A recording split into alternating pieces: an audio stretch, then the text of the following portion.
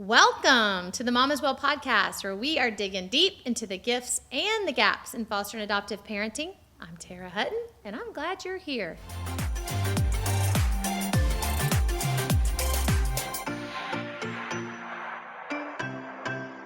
Mama's Well. Yes, she is.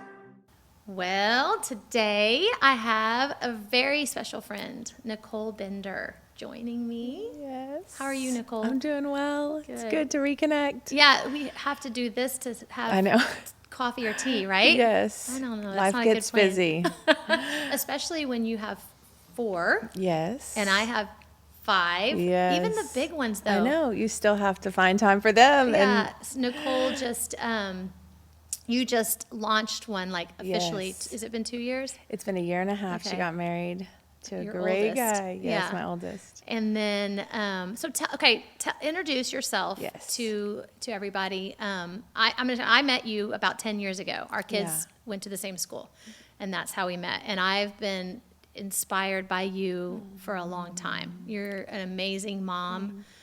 You parent in a very unique way, in a way that's very authentic and real, and I've watched you have nothing be off the table in conversations with your I'm going to let you tell your story, but with your Yes. biological kids, and then also another daughter that you've been raising in a kinship placement type situation. So tell us about that. Yeah. So Nicole Bender, of course. Okay. Mama Bender, my kids call me. And then I'm Aunt Nicki to Madison. So like you said, I have Michaela, my oldest. Then I have Ethan, that's 18.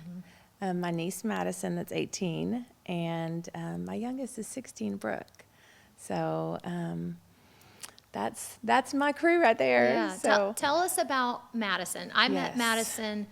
What year would that have been? She's 18. I got her when she was 10. Okay. Would I have met her then? 10? Yes. I guess so. Okay. Yes. I know she had come back and forth. Back and forth. Okay. So we would have her and see her in summers as she was growing up and younger. And then as she aged and was in foster care and then with another relative, there was one summer that she came just like normal to visit, but that summer was different. She had a fight in her to say, Aunt Nicki, I belong here. Would you let me live here?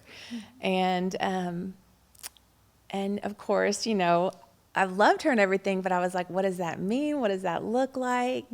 But just saw so much desire in her to grow and be part of a family. And it just, with her fight and just naturally, it was just timing. She ended up coming to live with us. Yeah.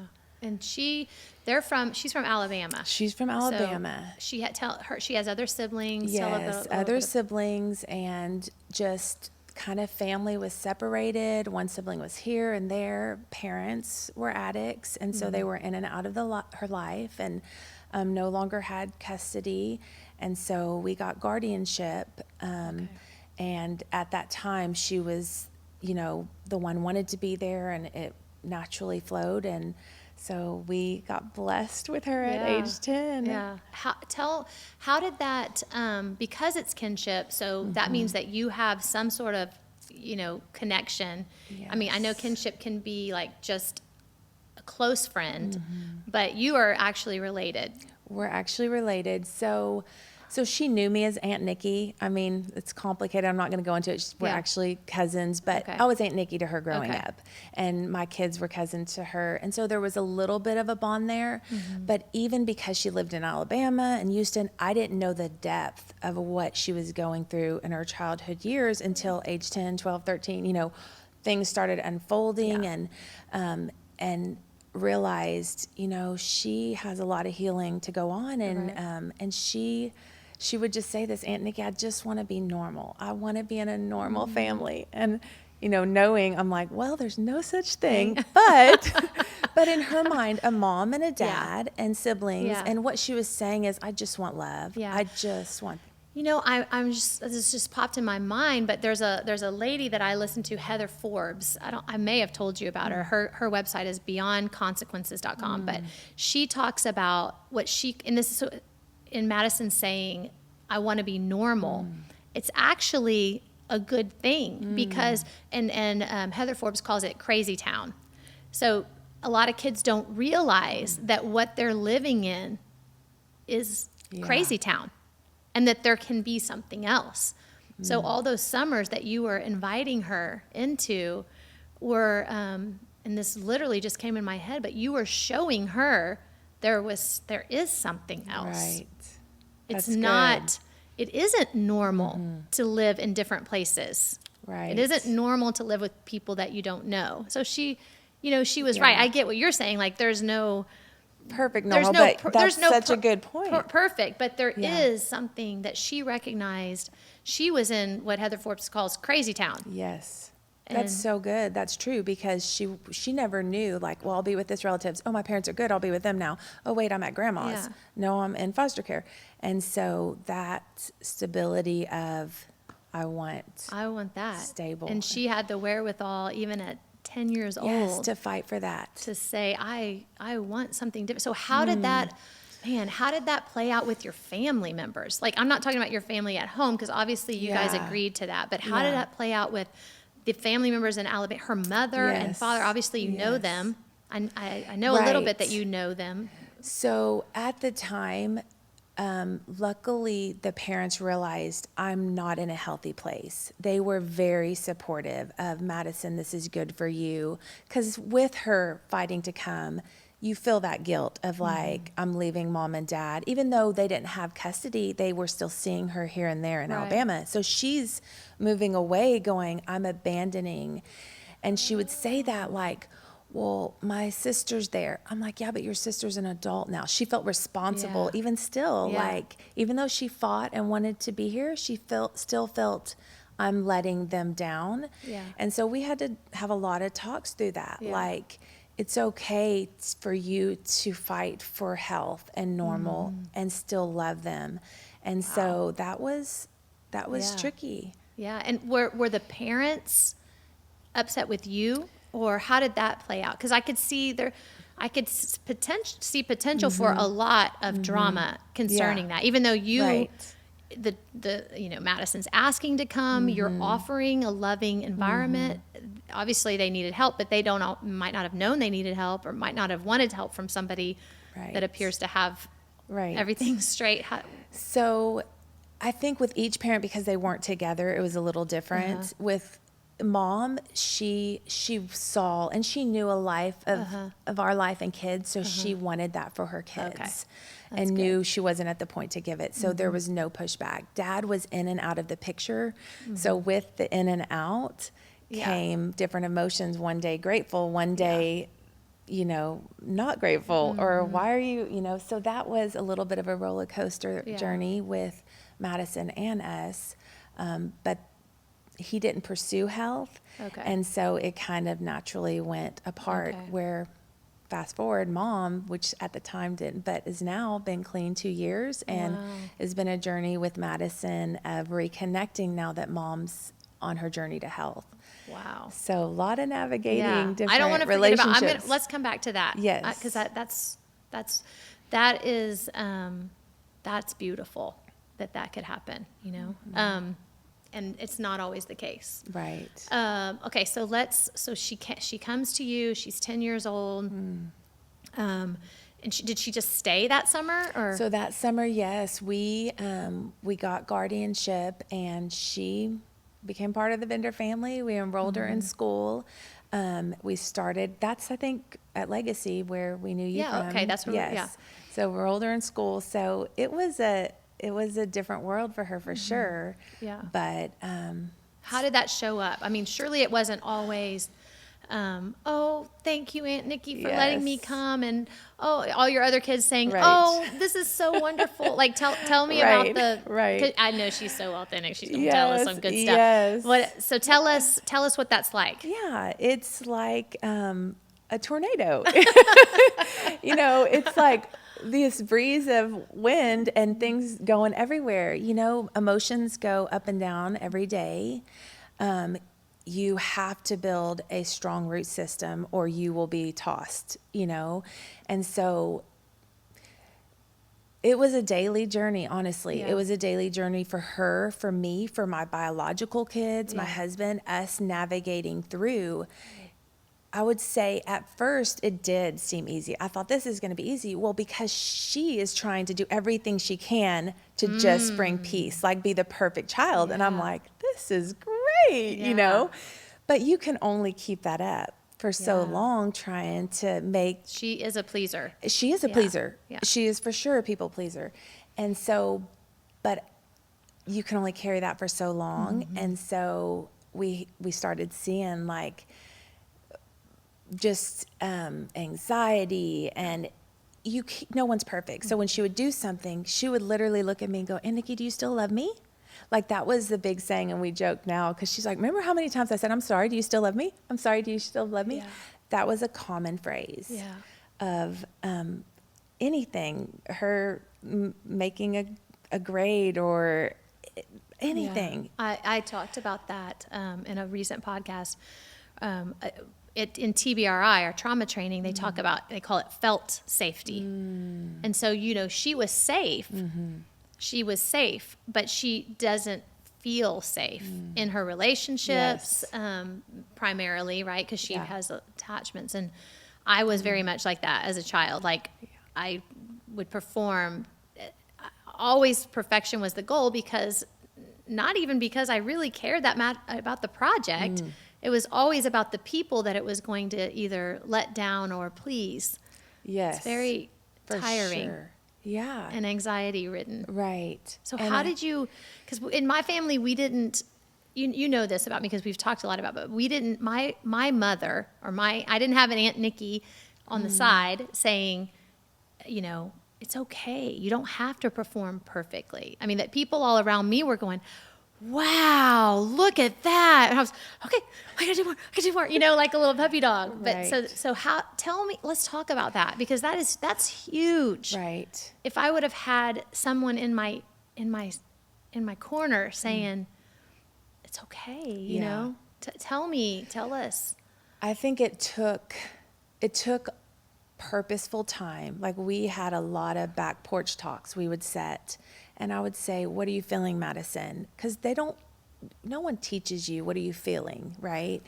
And so I would say, "What's going on? What are you feeling?" And so a lot of it was dialogue, and we would discuss, and she used to have this joke, which wasn't really a joke, but she would say, "Aunt Nicki, if I accidentally caught this on fire, would you still love me?" Or no, she would say, "Would you send me home?"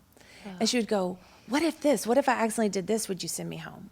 And I would be, "Nope, you could burn down the house by accident and I wouldn't send you home." "Yeah, but what if," and she was trying to get to what's the breaking point where you're going to send me home. Yeah. And so even though that seems silly, she was trying to say, there's got to be something that I'm going to do that you're going to send me back to whoever. And so it took kind of just establishing there's nothing you're going to do or not do. You're here, right? And so... did she ever test you in her behaviors? Yes. So anytime she would...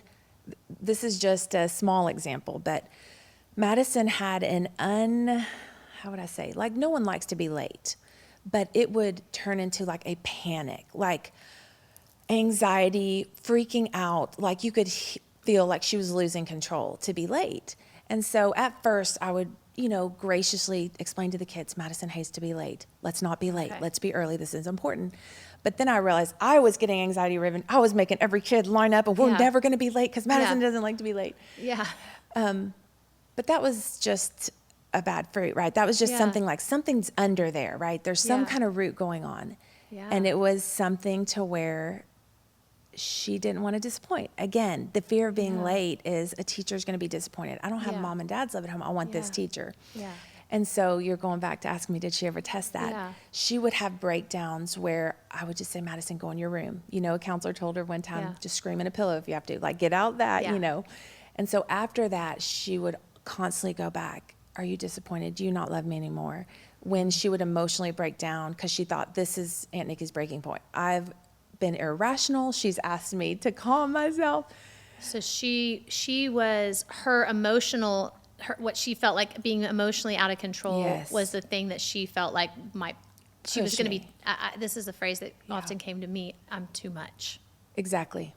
And I think because she realized like there were emotions higher in her maybe than other, which my kids have it, but maybe she felt they were to a higher degree. And they are, because she has developmental trauma. Absolutely.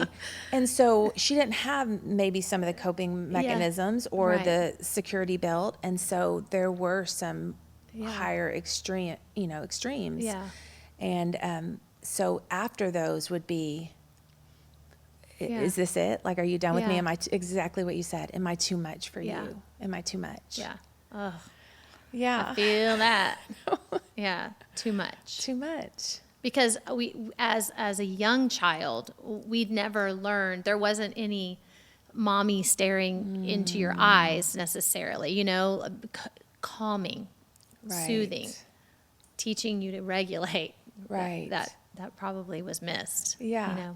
And I learned early on, for me, I had to keep myself filled up and emotionally stable and healthy. Okay, let's talk about that. Yeah. I love to talk about that. So how did you do true. that? I know one thing we did together, I've talked about this on the podcast too, like we joined this amazing, I can't even call it a workout place. It's like a country Like a club, but club. It's not a Right. club that you walk in the door, and I would just, as I'm walking the girls to the amazing childcare, I would just hear angels singing. Yeah. So talk about self-care. That's so true. Gym time, just alone. And I had to figure out, what am I feeling? What do I even need right now? Is it a friend to laugh with? But I had to go, what am I feeling and what do I need? And it was those escapes. Mom needs to go just have a break. Yeah. And so those were important. If that was birthday weekends with a friend, if those are date nights, whatever. For me, just personally, I had to most of the time get up before the kids and just, balance my day for whatever, get that quiet time, get those thoughts in line so that I could handle. Nicole, that is so important. And I know a little bit of your story, not to segue too much into it, but you have experienced childhood trauma and loss as well, right? Yeah. And loss of a father. Yes. And then, I think when I was the trauma that our parents are going through when we're very little, we take some of that on. Even if it didn't, even before your dad left, you were probably experiencing all of your mother's traumatic situation. And so how have you've said this several times, and this is something that I really am just learning in my adult years, but what am I feeling? Yeah. Because I think as little kids, my feelings were never acknowledged. It was like, if it was a negative thing, you better move on, because we don't have time for that. But then also trusting myself. Like, I don't trust my feelings. I judge my feelings. And so that's good. You've said that a whole lot. Like you said on the porch with Madison. So you're recognizing she doesn't know what she feels and what to do with it. Therefore, I could translate that to she doesn't trust her feelings. Right. She probably judges her feelings. And then, so how did you do that for yourself? Because that's what Mama's Well is about. It's about, we can't give what we don't have. That's good. So somehow you've been able to fill up, like you're just talking about, fill up so that you could spill over into this girl. Yeah. So you at some point, how did you shift? Yeah, that's good, Tara. You probably didn't think I was going to ask you that. No, I know. it's good. I mean, there's so much to that. You're right. I from age 10 on, I had an absent father. Interesting. It's age 10 again. Wow. I never put that together. That's so true. Age 10 was the last time that I saw him. So my journey with that, you can't give what you haven't already. But at the same time, we don't have to be, I remember someone saying, we don't have to arrive. We don't have to arrive. Yeah. If we're one chapter ahead of someone, we're one chapter ahead, Exactly. And so the beauty of it is there were things I could relate to that Madison was going through. Yeah. And so because I'd walk through understanding, someone said, and it's a famous thing, you have to feel it to heal it. And so most kids are aware of like 2 or 3 emotions. I'm happy or I'm sad or I'm angry. But being aware of like, there's more. I'm feeling abandoned. Yeah. I'm feeling shame. Yeah. Especially when you hit the teenage years and they just say, I'm angry. Why are you angry? And so for me, I think journey getting to where I could even have those conversations is first going, it's okay to not be perfect. It's okay to have conversations that my life was messy and it didn't look good. And because I wanted what Madison wanted, I wanted to just forget all that and just, hey, I'm happily married, 3 kids, we don't need to. But the truth is, everything surfaces. So the earlier I began to talk about it with friends, and recognize things. How old were you when you started doing that? I mean, I would say in my 30s. Oh, I mean, okay. maybe we some have in the my same story. 20s. I mean, maybe a little bit. Yeah. But I think I just wanted to, more than talk about it, I just wanted to cover it up. And, so when I began to understand, man, my behavior or insecurities are rooted in something. Yeah. So those porch talks with Madison, I could say, honey, I haven't been through, I'm not even going to pretend I understand all you've been through, but I do know what it feels like to be abandoned. And it's not fun. But And just even being able to have that talk with her makes her go, wait, I can get where you're at. And not that I'm anything, but there is a level of health. yeah. And so for her to go, wow, so you mean what you went through didn't define, you're not a giant mess now. Yeah. Wow, Nicole. I mean, you have definitely done some healing because this has been my experience, but in the areas that aren't healed, when they show up in my daughter, I call it the symbiotic healing. Like it's like almost happening for me. It's almost happening like I guess I was only like a half a chapter ahead. Yeah. You were like a whole chapter ahead. I was just a half a chapter ahead. So like so much of the things that show up in my daughter trigger me. Yeah. Because I haven't said, in some areas, I haven't come back and gone, yeah, that happened to you. So sorry. Right. I'm still judging it, still going, why are you acting like that, Right. little Tara? Instead of, oh, little Tara, oh, I see how bad that hurts. And when I get to that place, then she stops triggering me. Yeah. In that area. Yeah. And then lo and behold, she finds another one. Right. Dadgummit. Right. But so that's beautiful. And I honestly, there is something to be said. She's 18. 18. So you've been pouring until 10, but it's something cool happens when you can have conversations. Yes. And with a bigger kid, you know what I mean? Right. That has the wherewithal to understand what you're saying. Right. I'm looking forward to that. Yes. So that's Yeah, beautiful, because Nicole. teenagers, even at age 10, they want to see authentic. I mean, Tears. they have to see it, and because, well, especially, I got her at 10. I didn't have the social media and all the different things where voices are coming at you everywhere and you're trying to be good enough. And so they want to hear your struggles and reaffirm them. And what do you mean you didn't have the social media? well, I didn't have at 10 when I was going through my things. Oh. I'm saying that okay. adds a whole nother level of, well, I see this, I'm seeing all these perfect lives. Oh, gosh, yeah, okay. So I'm saying that in the sense of, I think so important for even my own biological, Madison's my own child, but all of them to hear, man, just truth. They're not going to always see themselves, what we see in them, the potential, like you see in your girls, unbelievable potential. Yeah. But they're at 10, Madison had so many things, voices, trauma, so many things screaming in her head. And so reaffirming who when they don't see Who it in she themselves, is. who she is. Yeah. And Yeah, so that's really good. But yeah, that's Yeah, you've done a beautiful job with her, and you've placed her in a situation where other people you have, and this was organically maybe there's a whole nother piece at work here, which I believe spiritually is going on. But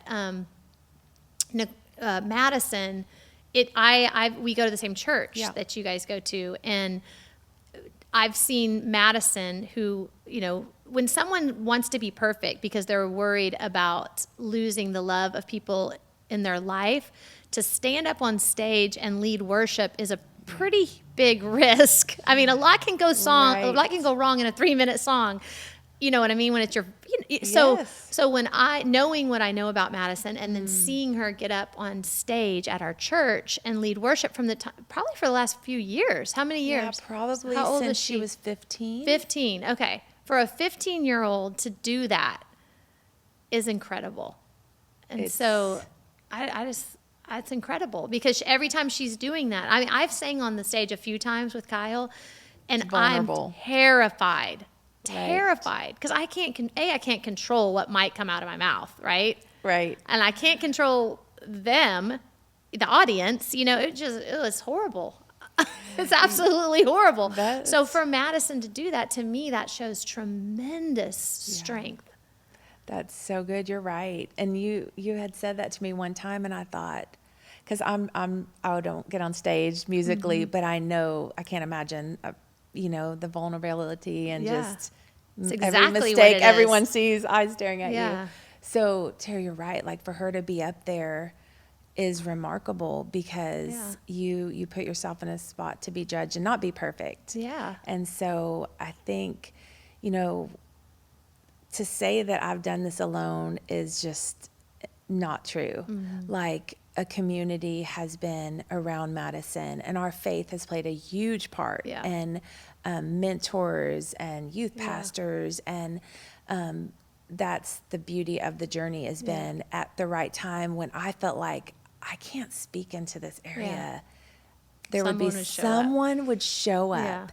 If it was a live person or someone handing her a book, it was just the right thing at that time. And so one of the things was a songwriting experience she had with you guys. And that was one of the first things that she got to do where I was in Hawaii on an anniversary family trip.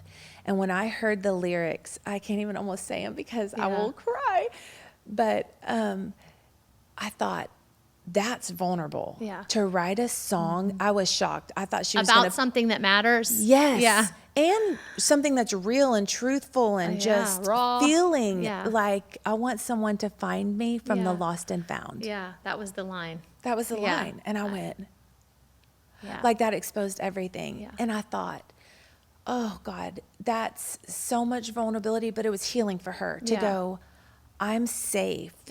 To say this and just something about writing it down and expressing it. And so that's what those porch talks were. That's what, the conversations is getting them to feel safe, to talk about it and to know you're messy and you're ugly is beautiful and it is part of it. Because she saw that in you. Wow. And in you and in many people, Yeah, she's a really... she's a really neat girl that really wanted something different, and she saw something different, and she wanted that, and I know it's not been perfect. I mean, I know it's hard because you in the process I know there's another sister, and I don't even know the update on all that now, but I don't know how much time we have. I think we're doing okay, but tell us a little bit about more about that. Because I think kinship placements can be super confusing. And like you said, Madison struggled, and I really can feel this, but with leaving 2 sisters and a brother behind, right? In Alabama. One sister older, one sister younger, and then an older brother. So you didn't mention this, but the younger sister, I'm sure she felt a lot of responsibility for, and she was leaving her in a place that at least she didn't want to be. Right. You know, it was bad enough that she didn't want to be there. So how has she processed that? How have you guys, I'm sure, I think she's going to continue to process all of this. It is for sure. But I mean, she's in Alabama right now with that she side is. of the family. Okay. And I still get phone calls at night. Okay. So that journey, there's no formula. It was for sure just that, a journey. Okay. So you're right.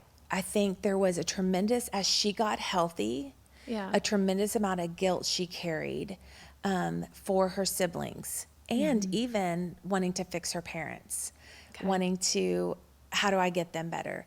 And I had to take Madison back to, honey, there will be a day. Yeah. And there will be seasons where you play roles, but right now, you have to heal. Heal people, heal others, right? Well, people help others get well.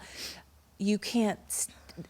What I found, and I'm sure every foster family, when you have parents and siblings involved, it's tricky because they feel so much responsibility, and you want them to stay connected and love them. And we had lots of prayer time for her siblings and talking through and encouragement. But I also had to help Madison navigate her health and wellness and keep fighting for that. Yeah. And now I'm like, you're 18, and she calls me, and she is now we're all on a growth, but where she is now, she has a platform to speak and encourage. And she ain't talking about it anymore. No, she's done it. Yes. She's doing it. And so back there right now with all three of her siblings and her mom, and we don't have to talk about this, but she did fight for her youngest to get here. And her youngest is now living with my mom and her mom. So you're saying Madison fought for that. Madison fought for Katie, who lived with me for about a year. Yeah. And she also had my sister-in-law she lived with. Yeah. And then mom got healthy. And so that piece of the journey was what's so beautiful about Madison getting healthy is you do then now get to, because times she thought, even though she wanted to be here, she felt guilty living here. Like, should I go back and live in that mess? Is that going to help them? I'm like, it's not time. Yeah. Like, you know, you talk about that, and what's going through my mind when you're talking is codependence. And so addiction is a family disease, right? It's a family disease because that's what's happening. Everyone's protecting the addict, right, at their own expense, or the other person's, you know, and it's just every family member is pointed to the addict, and they lose sight of themselves. And so you basically said, no, you can't, like you said, hurt people, healthy people, help people, or whatever it was that you said, which is same concept. Like we have to have, again, what mom as well, that's the undercurrent of it. That's the thing that gets me so excited. We have to be healthy before we can help people. Yes. And if we help people at our own expense, we've moved over into some other space that's probably not healthy. Right. Yeah. And I'm not talking about, that doesn't mean that we don't risk for people or give sacrifice for people, but not at the expense of our own health. Right. And so you have taught her that, and will constantly be reminding her of that. That's beautiful. Yeah. And to realize you're a child, you're not responsible for all of them. You can plant seeds, and you can give, and you can love, but ultimately they have to fight just like you had to fight. Yeah. They have to fight. And so that's tricky for a kid to navigate and understand, especially when you feel like you're responsible for parents too. How often does she go to Alabama to see him? Probably every 2 to 3 months. So it's now that her mom is well and drives, she goes, she'll go back with her mom to visit. Oh, so they drove back. She drives back with her mom and then drives back home with her mom. Yes. Okay. That's awesome. That's incredible. And you were a big part of helping her mom get healthy. Can you talk about that? I don't want to just talk about how you want to say it, but I think as adoptive parents and knowing the birth family, we've talked about this a lot because Kyle and I both have situations where we weren't raised by our birth family, but navigating those relationships is hard. And yours is kinship can be different, I guess, than an adoptive in a way, but you never were, you were the mom, but you were also Aunt Nicki. Right. And you also know Madison's mom well, and you love Madison's mom. Right. Talk about that a little bit. Yeah, I would say that's probably one of the trickiest to navigate for me as a mother. Okay. Because Madison went through seasons like, well, you're my mom. And I'm like, yes, I'm a mom to you. Even though I'm Aunt Nicki, she considers me a mom. Sure. I said, but we can't ignore that God gave you a biological mom. And so as her mom, she's been clean, I think 2.5 years. So exciting. It is exciting. And it was a journey. And it wasn't till, Mom wanted to get well. But she went through, actually we brought her to Texas, and she went through a 1.5 year rehab here, and then got clean and got out and is now living with another family member. And here's being authentic and real. Yeah. There was parts of me that didn't, I hate to say this, I wanted I wanted her to be clean so desperately. But I also fell in love with this little girl that is now mine. Yes. Feels so mine. Yeah. And so, yes, there was like this, I even struggled with, What if happened? she gets completely well, how do I navigate that Yeah. in medicine? Yeah. And so I had to do my own healing during Yeah. that, to go, it feels riskful. It feels like, what if mom doesn't stay healthy? What if mom hurts her? What if all the healing that we've worked so hard for, we take 2 steps back? Yeah. But risk it, we had to, like for the health of everything. Because in my heart, I knew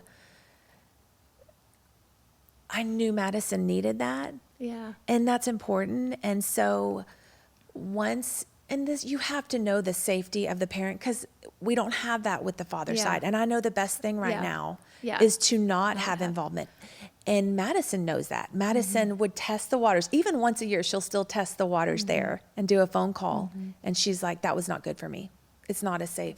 And so she's as an adult now, 18, will test the waters You and have go, taught her to trust her feelings. yes.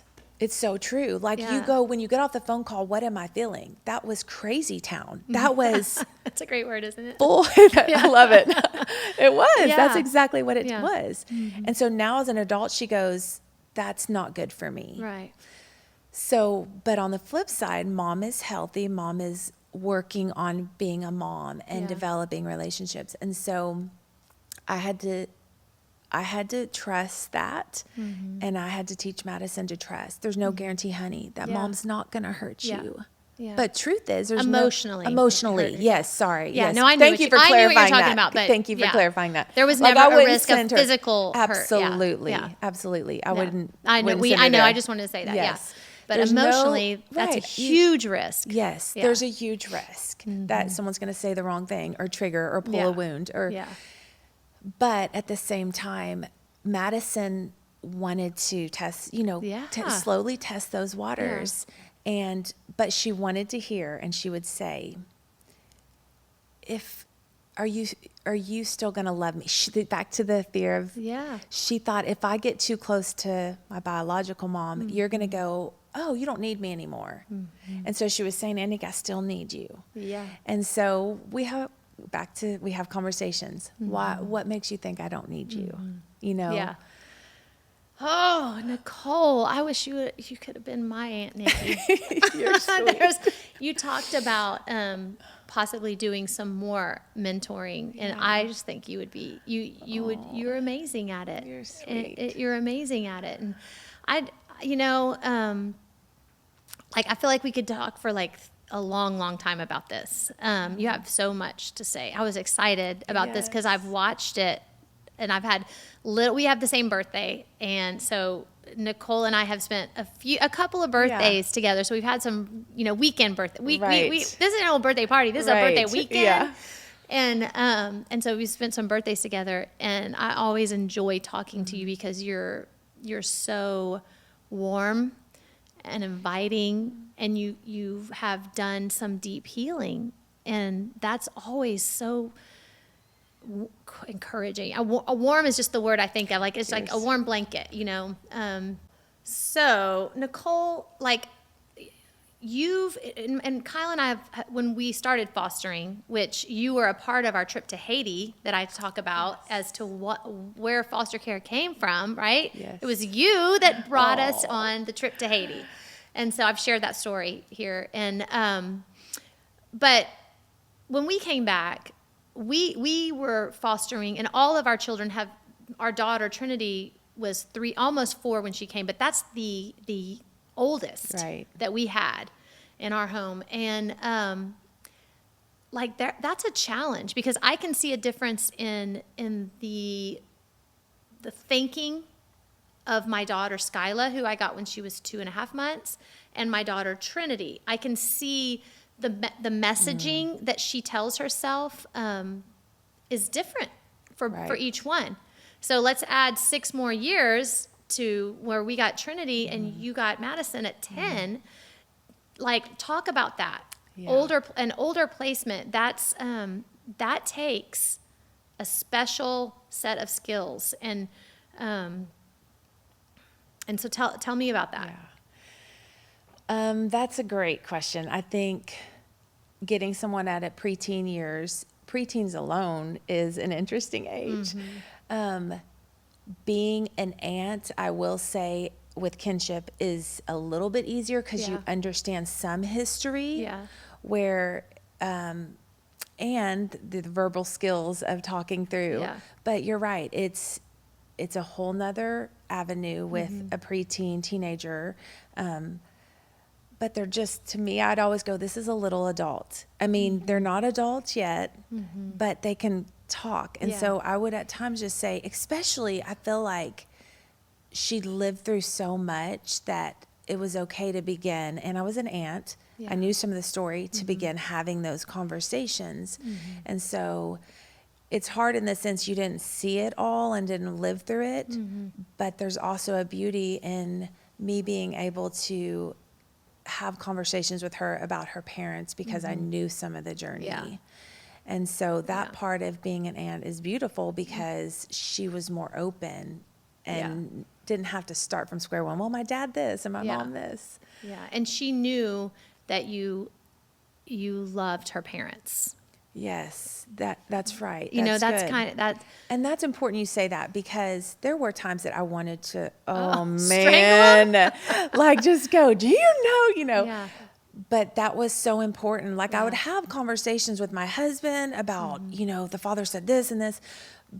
And I wouldn't paint him to be this beautiful guy, but I wouldn't paint him to be a villain either. Yeah. It was like, you're right, what he said was not okay. But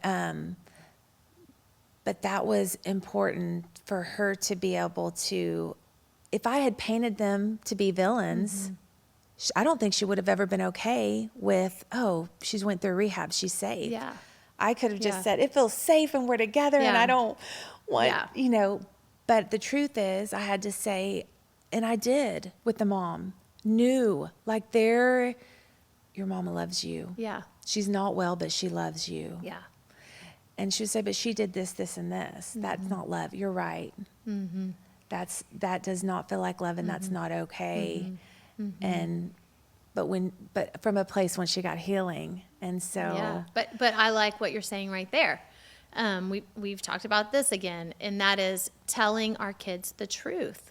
Yeah. Like, because if there wasn't Crazy Town, well, why is she living with you? Right. Right. Well, you either just stole her or, I mean, the truth is so important. And then if you don't tell them the truth, they may believe it's about them. Yeah. Right? Yeah. That's so true. Like, if mom wasn't living in Crazy Town at some point, well, then it must be me. Right. Right. That's true. That's terrible. Yeah. We had to have honest conversations about addiction and how it does take over and all that, because it's not rational. Why would mom not be here? Why would mom give me up? Why would mom? Again, people love you, then maybe everybody who loves you not take care of you or leave you or whatever. Like, it's confusing. It is confusing.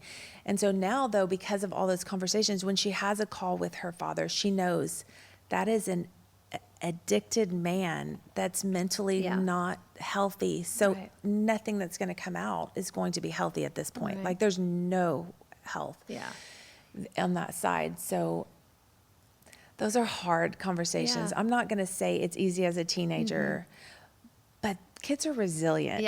And that's the thing with Madison. I was like, there is a little fighter in you that wants to be healthy, that wants to, Yeah, you pointed out, that's not about behavior. You didn't say, I like how you did this. You pointed out the character. Right. The character was there. You're resilient. There's a fighter in you. Yes. You know what I mean? It wasn't about our behavior. Yeah. And and the fighter could show up with bad behavior or good behavior, but you know what? It's still a fighter, and fighter will serve you well. It will serve you well. That's so good, Tara. Yeah, I think we have to find, because there is going to be a lot of mess as they're healing and as they're growing, but finding those little things that you go, you are a fighter, and they grab a hold of that. They want someone to see in them. Yes. They want someone to see in them and speak that over them, and the power of that, speaking that life and reminding them, this is who you are. You may feel this, but your feelings are just indicators, right? They're not dictators. The dashboard of the car. I need to look into that. Yes. It's an indicator. It's not a dictator. Like, don't let that feeling dictate your life. That is so good. That could be our wisdom from the well card. Well, did you steal that from somebody? I've had it in my journal. So hold on. Let's think. You said our feelings are indicators, not dictators. So I'm going to feel, there were days she just felt angry, but that cannot dictate your whole day. You feel it, you recognize it, do not let it dictate your life. It's why people become victims their whole life. They've identified, and now their whole thing, it's a dictator. I'm a victim. I'm a victim. Yeah. And so we had to recognize really early, snap out of that. Don't let yourself. Those are indicating feelings, but they're not going to dictate your path in life. Yeah. Oh, that's But really you can good. use it in the reverse with the strength. You're a fighter. Yeah. The truth is you are a fighter. Let that dictate. That's the truth. Yeah.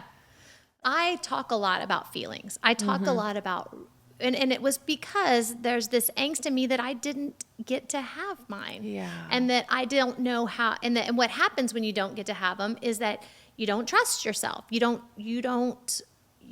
pay attention to those feelings, and therefore you don't know what they're telling you to do. Right? Right. So I love that. I think the indicators, like smart people, when there's an indicator light on the dashboard, look into it. Right. They don't just ignore it. What's going on? Recently I've had this indicator light for my low pressure tire, and it's come on before, and we put air in and it was fine or whatever. Well, it just stayed on and stayed on. So I'm like, I looked at my tire and I'm like, uh-oh. Right. So I should have paid attention sooner, because when I got there, I think it was supposed to have like 38 PSI of air or whatever, I don't know, but mine had 18. So I was in probably not good shape with that tire, but I wasn't paying attention. Right. And if you didn't pay attention, you would have been dictated by that, and it would have I kind of thought it was the indicator had a problem. Okay, so the feelings, they show up, and we got to figure out what's at the root of it. Is it the electronics, or is my tire bad? Yeah. Turns out my tire was bad. I got a new one, though, because it was under warranty. Yeah. So, hey, go figure. And I think if you're going to foster, adopt kinship, you have to at some point say, I have to be able to slow down to feel and help them feel. Because I'm a working mom. Yeah. We live in a fast pace, do a lot. Yeah. And so there were days I was just like, I don't want to sit down and feel, and I don't want to have another talk, and I just want to. But I knew if I didn't stop and listen to that indicator, it was going to cause more time, more emotional pain for all of us. It was going to flow through the whole house. And then then the benders have now become crazy town, because so you have to be willing to say, I will stop and feel this, and I will, whatever it is, feel it, let it heal, talk through it, all that. But this feeling is not going to, if it's a negative one, dictate my path. Yeah. And knowing what is that feeling? Why might I be experiencing it? And then I think the next piece that you ooze, and you haven't even mentioned the word, but you just are, and that is to address those feelings with compassion. Yeah. Because even the dark side of us, it comes from somewhere. You know, like when we move into that fear place, which is what all these negative emotions are really, you know, they're all rooted in fear, right? Fear that you're going to leave, or she's going to lose again. But I think that I lost my train of thought. But I think what was I saying? Well, no, that was good. That just you being aware, speaking compassion. your feelings. Yeah, compassion. Yeah. Yeah, I think you have good. a compassionate. You're learning, maybe. I don't know if you've always like that. For a long time that I've known you, you're a very compassionate person. I think you said something earlier that didn't come natural to me, but I've learned it is having compassion for myself. Like you said, little Tara, right? Yeah. Remember, Yeah. I had to learn to have compassion for myself with the emotions that arose, the things that happen, you know, have compassion, because then you can give that to others. Yeah, I agree. And so that's why I love when you sent me a text and said, Mom as well. I was like, Tara, I texted you back. got it. I I was didn't like, explain it to you. I love that. I think you put little heart emojis. Yes, because I'm like, we have to be well to help them get well. We do. Not perfect. Not perfect. But well and aware. I know. I need to have a podcast, or maybe it'll be a bumper sticker. It's like, Mama ain't always well, but she's hanging in. Yeah, exactly. I don't know. You know, sometimes you feel like, well doesn't mean Pollyanna. Well doesn't mean Beaver, you know, Ward and June. No. Like, well means that you know how to feel, that you know how to dig when you need to dig, that you know how to say you're sorry, that you know how to be vulnerable and risk. Those are well. They aren't pretty. No, and those are ugly times, as a matter of fact. And sometimes. and she sees Aunt Nicki get impatient. Well doesn't mean perfect or all having it all together. Yeah. Because if I had it all together, she'd be like, well, I'm never gonna have it all together. Never, And so it's saying it's saying you're sorry. Or and I can tell her, I feel edgy, I feel irritated because I know I haven't invested in me, right? I can't give out what I haven't put in. And so if I don't make deposits, there's nothing to withdraw from. So I've even said that to my kids. I mean, you can imagine when Michaela was home, 4 teenagers. Yeah, no, I can't. I'm like, and I'm just telling y'all right now. Let's just add 3 of them are girls. Yeah, that's true. 3 girls and 1 boy. Yeah. And I remember saying, and this is being authentic. I'm like, y'all, there's nothing to withdraw from right now. Like, if you don't let me get away for a minute, you're going to withdraw. Right now, I feel negative. Right now, I feel irritated. You're going to withdraw that. Yeah. So if you you got can the give mud me, in the bottom of my well. If you can give me 30 minutes Yeah. just to breathe. Yeah. What a great thing to do. Ask for what you need. Yes. Now, because we're teaching them. Exactly. Like, oh, I remember Aunt Nicki was irritated. She took 30 minutes to go in the back porch to garden or to have a cup of tea or whatever. Yeah. You're teaching them, you're going to hit those spots where you just have to pull away. Yes. That is so good. That is so good. Nicole, you might have to come back because there's like a whole lot more we could say. You're sweet. It's so good. I should be interviewing you, Tara. I'm like, we are interviewing each other. This is just a great conversation. For all of you viewers and listeners, make sure that you check the show notes below in the comment section. There'll be a link to the video we talked about, an introduction to this amazing girl, Madison, and then also your Wisdom from the Well card. It's going to be a quote from our very own Nicole Bender. Let's see. Let's make sure we get it right. Feelings are indicators, not dictators. Thanks again for joining us. I hope you have a great week, and we'll see you next time.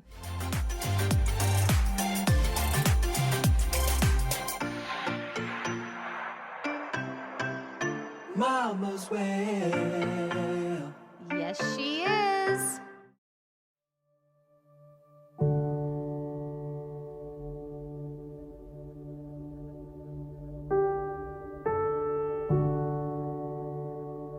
Music's always been a big part of my life.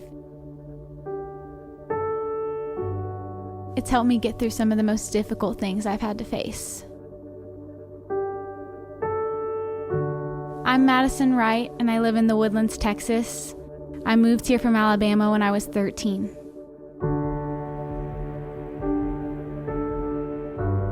I moved here to live with my aunt and uncle because my parents are addicts and where I was living wasn't safe anymore. Coming to a new place, even though I knew it was better than where I was still really scary, and I felt alone at times.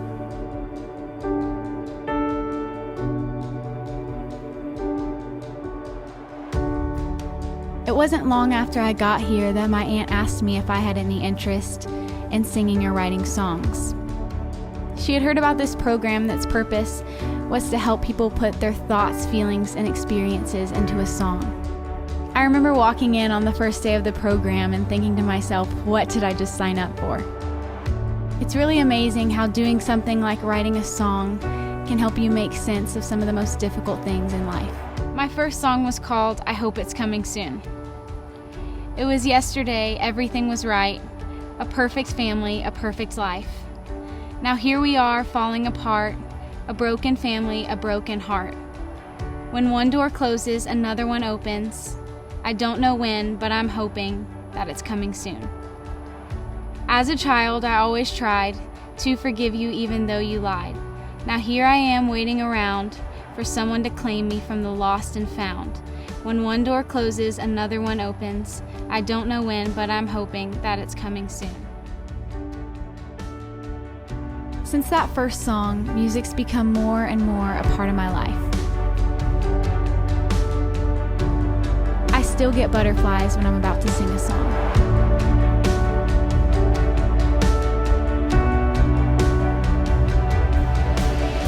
But now I know what it gives to me and to everyone else when I just let it out.